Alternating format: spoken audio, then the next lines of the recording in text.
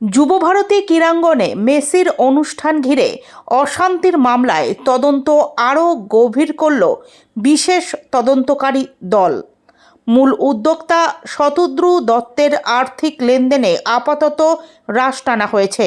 শনিবার দুপুর 2টো নাগাদ এসআইটি সূত্রের খবর অনুযায়ী শতদ্রু দত্তের ব্যাংক অ্যাকাউন্টে থাকা প্রায় 22 কোটি টাকা বাজেয়াপ্ত করা হয়েছে। পাশাপাশি টিকিট বিক্রির টাকা যাতে তার অ্যাকাউন্টে ট্রান্সফার না হয় সে ব্যবস্থাও নিশ্চিত করেছে প্রশাসন। একদিন আগেই শতদ্রু দত্তের রিষড়ার বাড়িতে হানা দেয় এসআইটির তদন্তকারীরা। সেই তল্লাশিতে মেসির অনুষ্ঠান সংক্রান্ত বিপুল নথির পাশাপাশি একাধিক ব্যাংক অ্যাকাউন্টের গুরুত্বপূর্ণ কাগজপত্র উদ্ধার হয়। সূত্রের দাবি, ওই নথি উদ্ধারের পরেই দ্রুত পদক্ষেপ করে পুলিশ এবং আর্থিক লেনদেন বন্ধ করার সিদ্ধান্ত নেয়। তদন্তে উঠে এসেছে, ঘটনার দিন যুবভারতীতে যে টিকিট বিক্রি হয়েছিল তার আনুমানিক মূল্য প্রায় 20 কোটি টাকার কাছাকাছি। সেই টাকাও যাতে কোনোভাবেই শতদ্রু দত্তের অ্যাকাউন্টে না আসে তা নিশ্চিত করতে তৃতীয় মধ্যস্থতাকারী সংস্থাকে স্পষ্ট নির্দেশ দিয়েছে এসআইটি।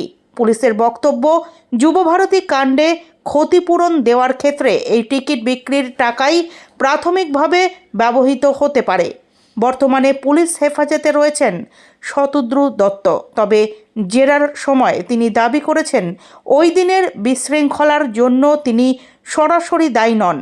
তার বক্তব্য অনুযায়ী অতিরিক্ত ভিড়ের কারণেই পরিকল্পনা মাফিক মেসির অনুষ্ঠান সম্পন্ন করা সম্ভব হয়নি। ভিড় নিয়ন্ত্রণ না হওয়ার প্রশ্নে তিনি রাজ্য সরকারকেই দায়ী করেছেন বলে সূত্রের খবর। শতদ্রু দত্তের অভিযোগ, পাস বিলির ক্ষেত্রে রাজ্যের একাধিক প্রভাবশালী ব্যক্তির হস্তক্ষেপ ছিল, যার ফলেই অস্বাভাবিক ভিড় জমে। অর্থাৎ যেখানে রাজ্য সরকারের একাংশ গোটা ঘটনার জন্য বেসরকারি আয়োজককে দায়ী করেছিল, সেখানে জেরার সময় পাল্টা রাজ্য সরকারকেই কাঠগড়ায় তুলেছেন মূল উদ্যোক্তা। এখন দেখার তদন্তের পরবর্তী ধাপে এসআইটির হাতে আর কী তথ্য উঠে আসে এবং যুবভারতী কাণ্ডে দায় কার ঘাড়ে চাপে।